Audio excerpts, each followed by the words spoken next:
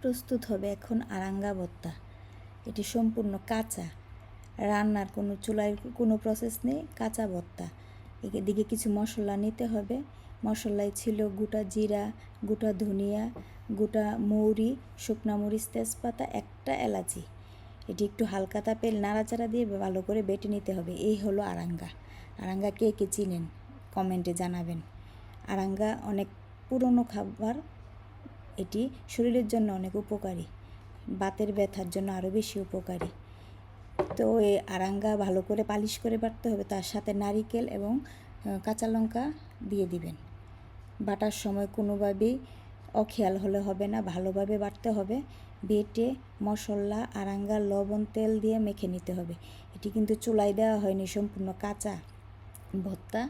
গরম ভাতের সাথে, ভাপুরা ভাতের সাথে খেতে অনেক টেস্টি ভালো হয় এবং শরীরের জন্য, বাতের ব্যথার জন্য অনেক উপকারী। আসলে আমরা পুরানো খাবার সব ভুলেই গেছি, এটা খেয়ে দেখবেন, অনেক ভালো।